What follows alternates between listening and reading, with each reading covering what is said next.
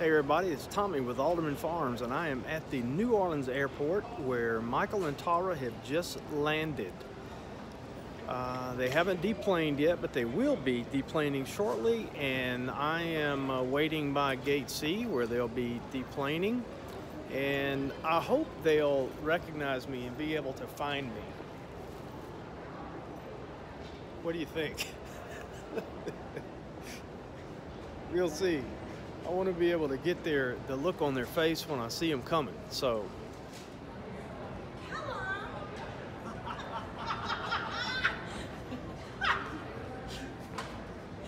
You are too funny. It's the Kellums. Look at the picture. Sorry, we have to go home. We don't do Scott. Wait. We don't do Scott. Oh. Oh my God. Hold on, we need a picture. Oh, that's hilarious. So, we just arrived at Deep South Homestead. I brought my contribution, and I even went nice and got Scott, even though it's not the cheapest. It's not. It really isn't. But Cadillac toilet paper is worth it for these people. Cadillac toilet paper. So, we're going to go meet them. We're super excited. Let's go. We have none down. Wow. Okay, so Wanda, what is this? This is our cellar. This is our where we stay during hurricanes. Yeah. We have the bed. We have the composting toilet. See, Doug, we can be off grid. That looks like the old people's toilet, not the composting toilet. Look, compost. I know, I'm just teasing. Oh my goodness. Yeah. There you go. That's his for Irish potatoes when we have them. These are sweet potatoes when we have them. These are sweet potato dries. Oh my goodness. You got a setup. Dang, this is it's cool down here. Yep. Man. No, it's usually hot down here. Is it really? Yes. Really? The ground usually warms up so much that it gets up. Right. You need to be deeper now. No, well, the ground here just warms up. Yeah. It doesn't do like y'all. You know, y'all. We're staying like 53 degrees all year round. This stays like 70 something. That's warm. So how many cans, how many jars do you have canned in there? At one point, between 2,000 2,500. We've been eating it a lot, so I'm probably pretty sure we're down to 15. And you do all that in August in the South? No, I do it in a variety of over the period of time. Oh, I was gonna say. We do some in August, yeah. That's the only reason I don't can. Yeah. I can't stand the heat. No. We don't have an outdoor kitchen. Just saying. Wow. See, we were talking about that today with we're in the air conditioning canning. Yeah. Or else we wouldn't be canning. Yeah. No way. Yeah. I wouldn't can. Danny wants an outdoor kitchen, but Danny's gonna can outdoors. Just saying. It's hot. Yeah. When it gets down here in the summer, we go out before 7 o'clock, get through with everything. We're back in the house by 7. You don't go back out till like 8 o'clock at night because it's like 100 and something degrees. Yeah. Or it feels like it. Which is why I don't live down here. Although I have to say, and I was only an hour away when I met Danny, but it was not as hot even an hour inland than it is down here. Really? Yeah. Oh my goodness. I have to say, it is beautiful down here. I had no idea this was what Mississippi. I've never been down here. I had no idea. Nice. It's I had nice. a lot of people say, "Oh yeah," but a lot of people believe our poor little black blazer that you parked up there or seen up there. I mean, I think y'all know. We bought it, got it. She's a black lady married to a white man. She's in New York. She's been with a second. So when we had the gathering in the fall. It is. It didn't taste very good. I didn't. No, I just didn't. I was afraid of it. That's funny. I don't trust my own skills. Yeah. You think they do? I said, okay. I think people did earlier. Make them look tall, like make them look tall. Here, wait, hold on. Whoa, Tommy, what's up there? I don't know. I'm feeling awfully manly now, Mike. Thank you. How's the weather up there? The atmosphere's thin, like my hairline. It's a lot thicker now that you're here. Unlike my waistline.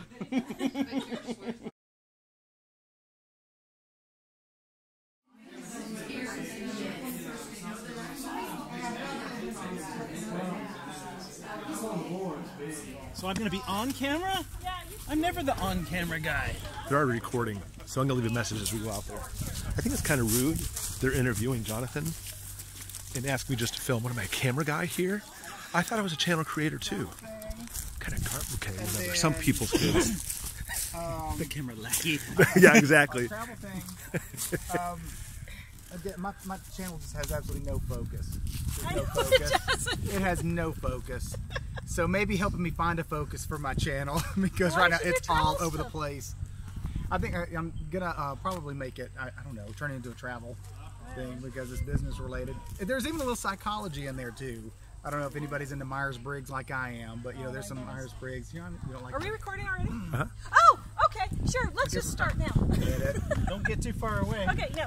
Okay, guys. Hello. We're at Deep South Homestead Spring Gathering, actually in Mississippi. We're finally here. This man just drove. How long? 8 hours. 10 hours.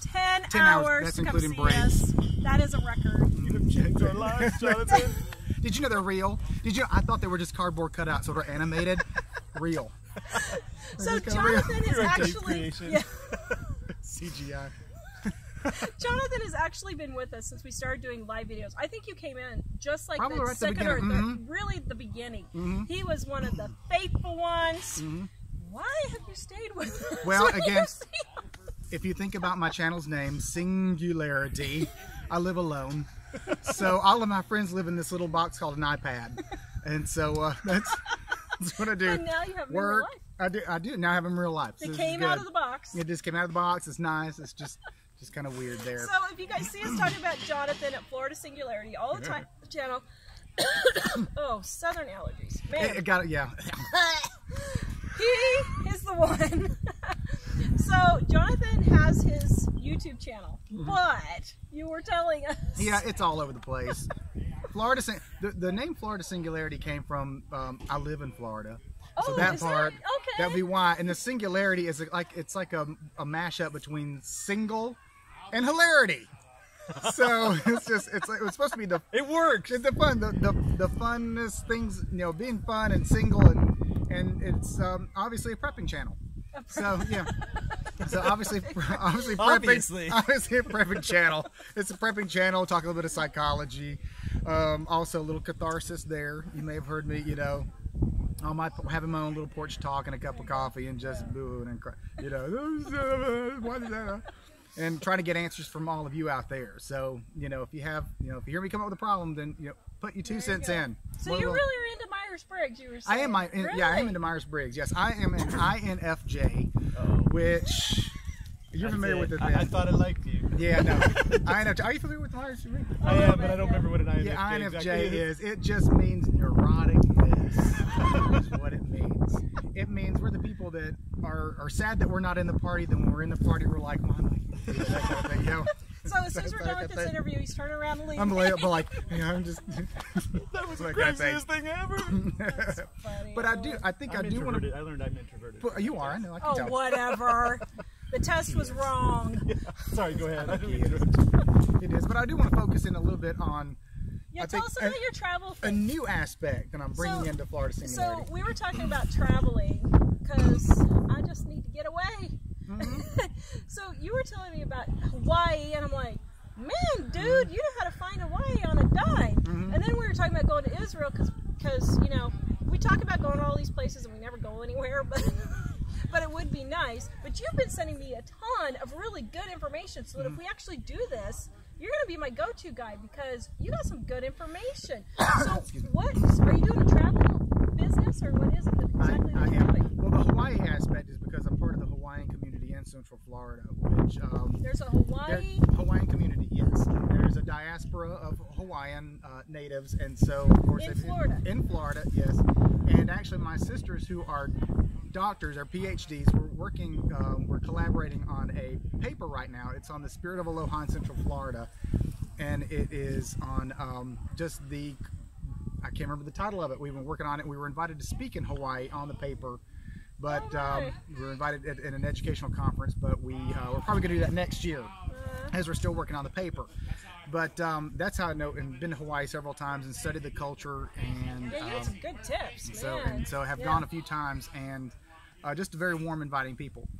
But with the travel aspect of the company, I am working with my friend Joel Thornton out of Rome, Georgia, and a company called P33 Adventures. So this is Joel Thornton has a what do you call it, 501c3 organization called International Human Rights Group, and he speaks on trafficking. He speaks on he's a lawyer. He worked with Jay Sekulo's team a few years back. Oh, cool. And so he speaks around the globe on trafficking and human trafficking, and that sort of thing. Yeah, exactly, human trafficking, and creating that awareness. And he's also creating this travel company, which is has a ministerial aspect to it. So we have just done our first trip to Israel back in November. It's the Steps of Jesus tour, and so we were planning another one of those sometime soon. The next phase is going to be the Steps of Paul tour coming up in September 6th through the 16th. Of this year? Of this year. Okay. 2018 for those of you 2018, yes. So September 6th through the 16th, and if you're interested in going, you can contact me, Jonathan at P33Adventures.com. Okay, we'll put a link in the description below, because I was just fascinated with how much you had information on all this. It's like, wow, because yeah, it's hard to find. It is, and I've not been to Greece before, but my first trip to Israel was, let me say, as a believer, it's breathtaking. Really? It really is. It kind of, I get a little worked up over it now, but it's just amazing that just travel anywhere can change you. It doesn't matter where you go. But going back to the place where Jesus, sitting on the southern steps of the temple, I think was just one of the highlights. And walking into the synagogue at the Tomb of David was just, I think my knees buckled. Wow. Walking through. It was just chills just going up and down my spine. If you want to go on those and have some of those stories of your own, this bag.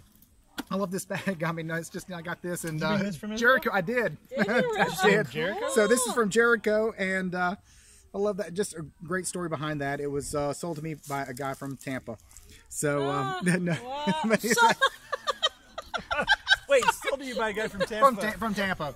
Actually, his in Israel though. In Israel. At least it was in Israel. In Jericho. He goes, hey, bro, how's it going? And so he says, I live half my time in Tampa, and he says my uncle owns this shop in Jericho, and so he spends half his time in Jericho and half his time in Tampa. So, but what's great about this bag is that it also holds a little present for you well too, and so it is. But you've already given us a present. I have what is that present? I can't remember. Not Christmas, today. you mean? Yeah, which one was it? What did you send us at Christmas? I can't remember. I don't think I sent you anything. I wanted to wait till Okay. It wasn't. No, I was waiting. You're thinking of Darren. Am I? Yeah, you're thinking of Darren. He's just. Sorry. Cut this. Okay, what is it? Here we go. So, all right. So in this bag is a gift for you. So this is all the way from Florida. You have your very own chocolate alligator. I'm afraid of alligators. Stand back. You are, but this one is afraid of you. It should And I'm sorry. See, even when his little foot's broken, so he can't run away. So is that all white chocolate? it is all white chocolate. So I remember hearing that white chocolate is your favorite. Thank you. You're very welcome. Very welcome. All the way from Florida. Yes, from Webb's Candy Factory, which is home of the world famous goat milk There fudge. it is. Okay, can you guys see it? That is See a little gator.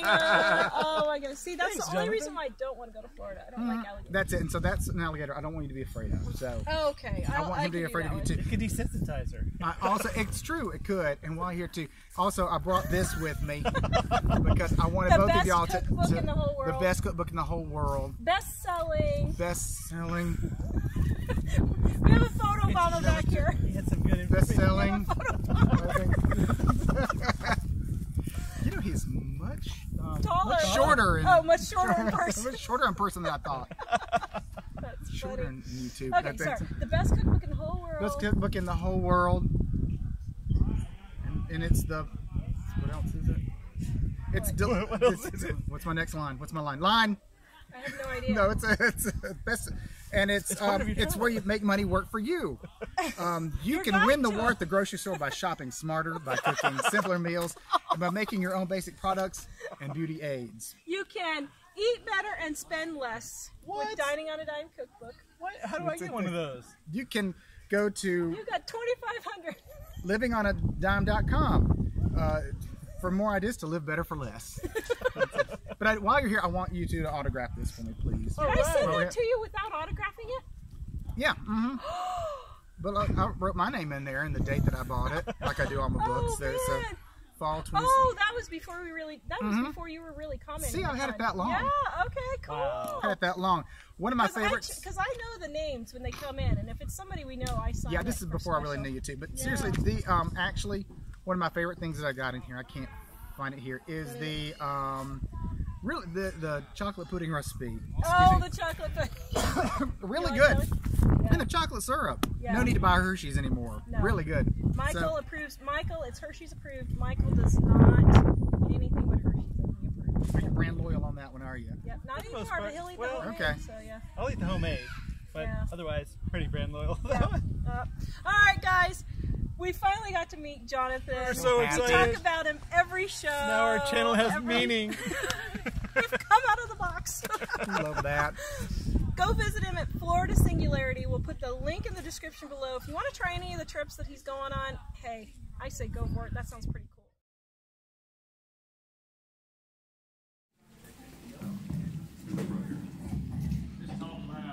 I was going to say I could just talk about it. You know, technical difficulties, AI.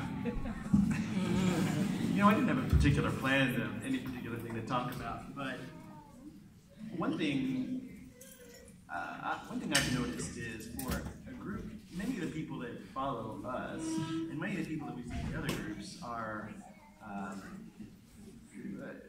I think, trying to be faithful people. And for me, Christ is at the center for me.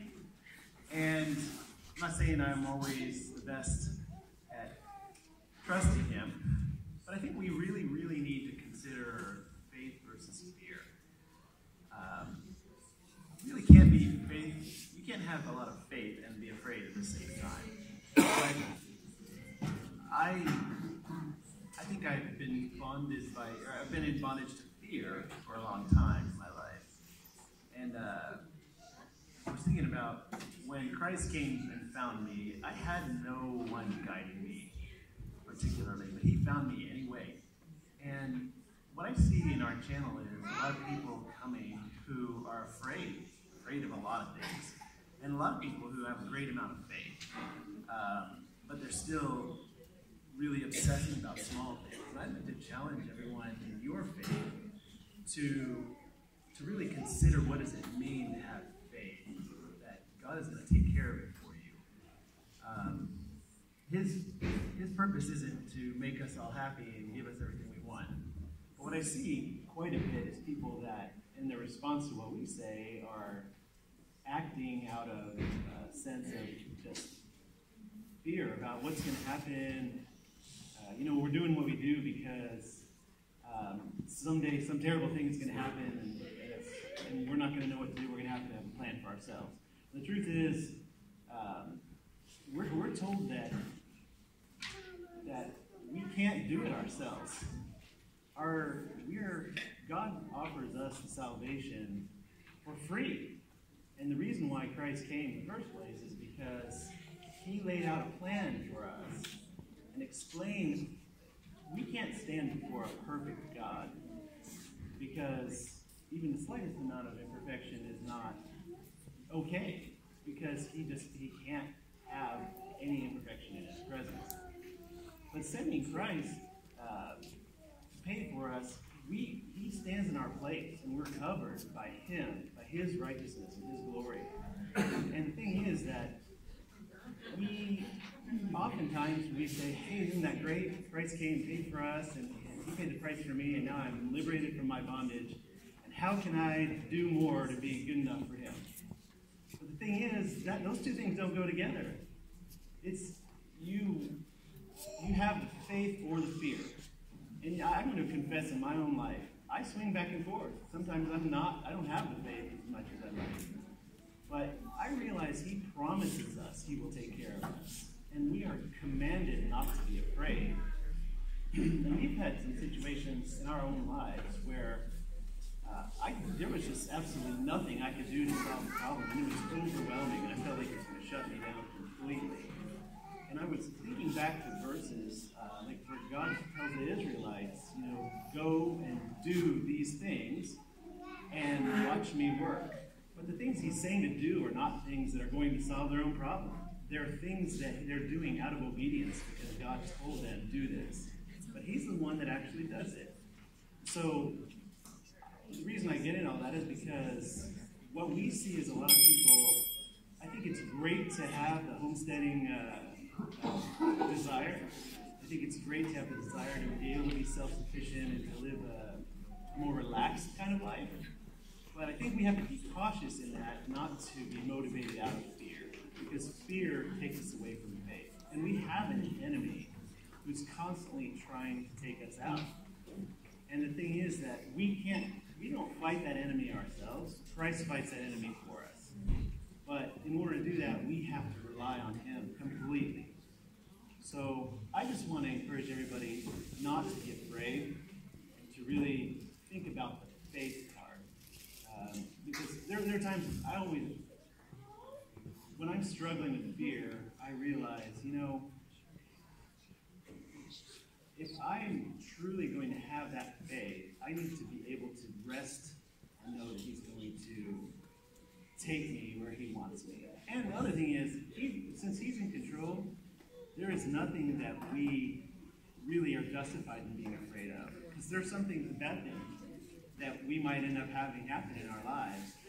We see those as bad things, but we look at our little life here, and we think that it's everything. And that we need him to give us something in this moment or do something, but he knows something that's so much greater than us that it's hard to do it, but we need to just trust that he is going to work everything together for the good of those who love him, and that's us. So I just encourage you, and if you don't know where you are in your faith today, I encourage you to read the scripture and see what he has for you. But in my life, I did not. I only had a slight familiarity with the scripture, and he came after me. And I realized if your heart is open and you are earnestly seeking him without any particular agenda, he will reveal who he is. And the more you trust him, the more he will show in greater ways who he is. And he will never tell you what the whole plan is. So if you're waiting for the whole plan, you're going to go all the way to the end, and you're never going to know. But if you take that next step, just in faith, not to do something, because we cannot save ourselves, then he will lead you, and you'll be really surprised where he takes you. So mainly I just wanted to define between fear and faith, because we are commanded not to be afraid of anything, but to pray with, I forgot what the exact verse is, to pray with thanksgiving and pray, yeah. But what I was thinking of is, do not be afraid of anything. Is it pray of prayer and supplication? Yeah, and then the peace of God. And so I just want to encourage everyone, when you find those moments where you feel like, what can I do? I'm afraid of this. What happens if you mentioned the sorry. What happens if that happens? God will take care of us. Yeah. So we can plan for those things, and that's okay to say, how can I make my life maybe a little better? But honestly, when I think about the homesteading, I don't think so much about what if a catastrophe happens. We like to joke around about the zombie apocalypse. Yeah. Because even if something really bad happens, he will lead us through it. So I just encourage everyone to not be afraid. Versus God. Yeah. Either it's God or it's me. And so if you're thinking, oh, I really got to do this and all that, but he's not doing it my way, that's me. That's not God. And the enemy is always trying to get you to me. Every single sin, including the very first one, at the very end goes back to I want to be in control. I want to have more power. But it's his power, and it's his plan. And some of the things we were talking about, his plan sometimes bad things happen to us that we don't want to happen, but those things end up creating so much more in the positive in the end. And I mentioned our little lives. Francis Chan has this thing that he talks about where, he's got a giant rope with a tiny little bread piece on it. He says, this is our life, this is what we focus on now. And we spend all of our time thinking, how can I have this one, how can I not have to go do this uncomfortable thing today? But in the end, there's all that life.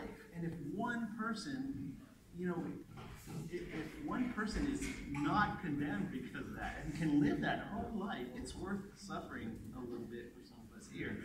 And the believers in Acts, they said that they counted it joy to suffer for the name.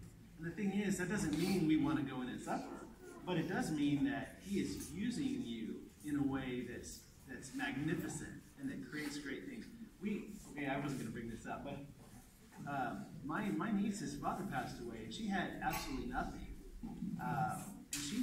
But she was going to go into a terrible situation, and she needed someone to stand there for her. And we realized this is the call. We kind of felt the hand of God, on us saying, okay, you're going to do this. And I remember thinking, I'm afraid of this, because it ended up that my parents opposed us greatly, and it was really painful in that way for me. But each step of the way, God said, take that next step, keep your mouth shut, and watch me do it. And it was so hard to keep my mouth shut. But he did, and I was so pleased. But anyway, when it comes back to the end of this is, in the end of that, he brought amazing things out of that, and I can see those things now. And at the time, I thought, this is amazingly painful, because my parents completely rejected me, and they were trying to destroy me in court.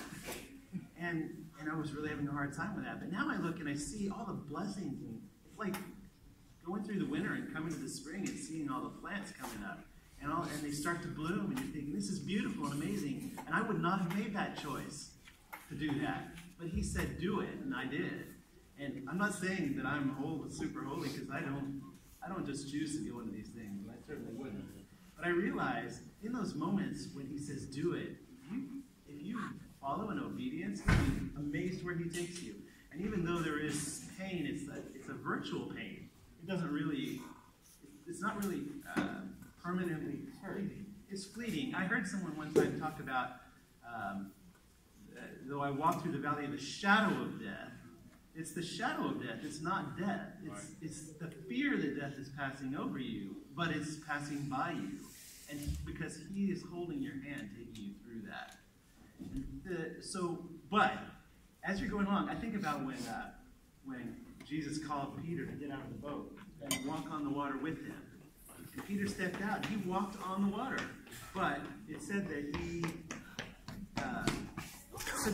noticed the waves and the wind. And then he got scared, and he started to sink and fall. And that's the moment where we go from my focus is on God to my focus is on me. Because he's there, he's already, well, I don't remember if Jesus had already calmed the waters, but he already knew that Jesus had the ability to control those things, and still he was afraid while he was standing there. And we all do that, and that's the reason why, even though the Israelites followed the pillar of fire and the pillar of smoke and saw the Red Sea parted, they still, the next day, they were afraid. Still were afraid. Or I think about Elijah and having his big moment with the prophets of Baal. Yes. And really having the great faith and seeing the power of God come down. And then the next day he's like, just kill me, Lord. Yeah, just give their stones to them. So we should take courage in the fact that we are not the first people to do this. And Elijah is somebody that is, he's really somebody that we can look to as a man of great faith. And if he had that struggle, we should not be surprised when we have that struggle. But at the same time, where I started this was God versus me. And I realized that there are just times where I think, how can I please God more? How can I do this? Or I want to do this with, God leads me into something, and then I end up at some point thinking about myself and turning it into what can I do or what can I have? And we need to realize, we need to constantly be checking ourselves in those moments and say, is this God or is this me? Not being afraid, but just following. And when you realize, I'm really thinking this more for my own good, And how can I just be obedient and take the next step? Looking good. Hello, I am here with Southern Ark Homestead. Now, I asked the question, it's not Ark like Noah's Ark, the crazy animals. It's Ark like... Arkansas. There you My go. property is in southern Arkansas. Yes. Okay. So, go subscribe to our YouTube channel right now. I want to talk to you. So you said you're working full-time. Yes. And running a homestead? Yes. Wow. It's a homestead on a smaller scale because I'm just me. So how much property do you have? I have 13 acres. Wow. So that's still pretty big. Yeah. So I have to balance myself between the property and my job. And if I can get Spicy from Backwoods Raised to come help, that's great. But he can't all the time. Yeah. So I'm doing a lot of it by myself. Because who is he? He's my son. Your son. Yes. Yes. He's my oldest son. Yes. our viewers don't know that necessarily. Oh, okay. So, so what do you do for gardening? Well, first of all, do you have a big garden? I do have a garden, yes. How big is it, do you know? It is probably 20 by 40. Okay. I don't do a large production because, like I said, it's just me. But everything I grow, I eat, and I preserve out of my garden. Okay. So I dehydrate, can, freeze. Which is your favorite? My favorite is canning. Really? Yes. Oh, good. Even in August? Yes. It's outside. You have it. Oh, you have an outdoor kitchen too. We were just talking to two-family. Well, it's not complete yet, but I do a lot of my canning outside because of the heat. Mm-hmm. So do you get a nice breeze and that kind of thing in the summer? Sometimes. Yeah, sometimes. Sort of. Yeah, so sort of. Do you can enough to get you through or freeze all of it through the whole year to get you enough fruits and vegetables through the whole year? Not quite. Okay. Not quite. I'm working on that. It's a work in progress. Sometimes because of life and job and all of that, I get far behind. But I do everything I can. What kind of things do you dehydrate? I do a lot of like my onions and bell peppers and chives and herbs and all of that. Okay. Dehydrate all of that. Those are my favorites too. Yeah, yeah. I think everybody loves those. Although I heard someone the other day was dehydrating. What was the? Oh, it just went out of my mind. It was like a starter or something. I think a bread starter or something. They were dehydrating. I was like, well, that's pretty cool. I didn't think about that. So, what are you putting in this year? I'm not growing corn this year because I don't eat a lot of carbs right now. So I'm not going to grow corn because I'm not going to eat it. The squash, zucchini, cucumbers, tomatoes, peppers, and then my herbs. And there's some new things I want to try. Green beans I want to try because I love green beans. That's my favorite canned vegetable. Is it really? Yes. Oh, good. Yeah. So do you do like heirlooms or do you? Yeah, Yeah. I love heirloom seeds. They're just, I don't know, the flavor is just more intense in the heirloom vegetables, I think. But I have to admit, I do like the disease resistance of some of the hybrids because, in Kansas we had a hard time with tomatoes, but in Colorado it's a lot easier, so I can grow the heirlooms a lot easier. But anyway, all right, guys, go check out Southern Ark Homestead. The link is in the description below. Subscribe. Met them at the Deep South Homestead. Her and her son. Love them. They are real. They are like they seem. And what you see is what you get. And it's really true. It really is. I've found that with a lot of these homesteaders. Actually, we really are. What's on the screen is really what we are, and so that's what I really like. So. Then he took the shoe contest. He took it and won it in Germany. Hello, guys. So we're here in New Orleans with Autogoshen. Say hello, guys. They brought us to a kosher deli in New Orleans. I know. I didn't know there was such a thing. I thought it was only like New York City. And it's kosher Cajun, right? Right. So we're trying all their yummy foods. So right here we're trying matzo ball soup. Never had it before. What do you think? Is it good? Good. The consistency of the matzo ball is different than I expected. That's bread. Okay, so we have some Israeli What is this? Oops, I got the wrong side. I got the non-English side. Hagalil? Peach Did nectar. I say that right? Yeah. Okay, let's try it here. Hold the phone, dear. So let me try my peach. I love peach. Love anything peach. Okay, here we go. All right, Israeli peach soda. Look at the first juice. Looking for the expression. Oh, that is good. That is really good. You know, so far we've had... Like, what is it like? It's like peaches. We've had our friend Annika, who lives in Israel, sending us food. And I have to say, we really good food there. It's been really good so far. She sends us chocolate and it's gone the first day. Because it's so good. So, thumbs up on this one. Wow, that's really good. Shall I try it? It is.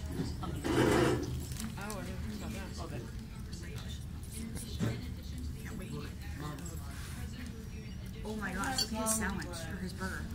Alright, Sam, I'm going to get you a video of you biting that. Hold on, wait.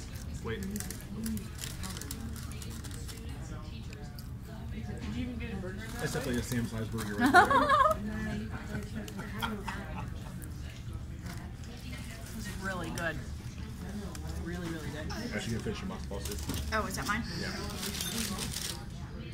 What are you eating there, Eric? Well, I'm about to try this po' boy, this kosher shrimp po' boy, which is obviously not shrimp at all. And I can't wait to dig into it. But I had to have Ashley finish her matzo ball soup first. Sam's over there chowing on a big burger. You said those tenders are awesome? Yes, onion rings are delicious too. I hope my toothpaste is 50. Okay, Mike. Pepsi-Cola bottling company in New York. So, what did you think? I thought it was delicious. What did you think? It was an explosion of flavors. Actually, I'd never had the matzo ball soup before, and it was interesting. It was good. Because it was kind of like chicken soup, but the matzo ball had a different consistency than dumplings. Like dumplings. It's hard to explain the consistency. It was almost like creamier. Oatmeal. Yeah. It was almost like oatmeal into a ball. Yeah. It was really good. Are you full? Yes, and then of course the jambalaya.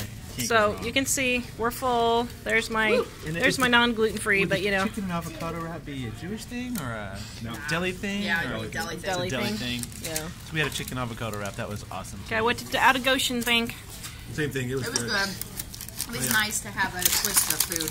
Yeah, something a little bit different because obviously our diet is pretty limited as far as what we eat.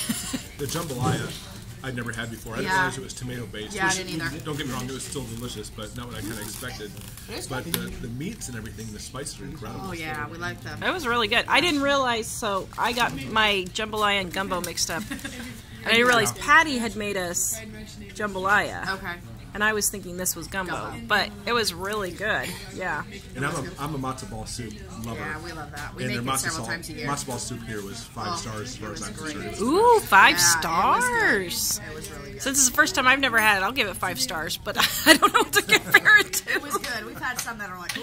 Yeah, that's true. Really? Yeah, it was really good. Surprisingly, you can mess up matzo ball soup, which is sad. Why do you guys like chocolate? Who doesn't like chocolate? Yes.